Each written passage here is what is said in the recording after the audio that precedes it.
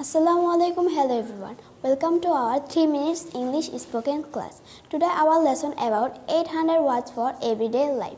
Number 1. Break. Break hoto bhanga. I broke one of my plates. Ortho ami amar ekti thala bhenge felechi. Number 2. Cut. Cut ortho kete fela. The boy fell and has a deep cut on his leg. Cheleti pore gelo ebong tar paye besh kete gelo.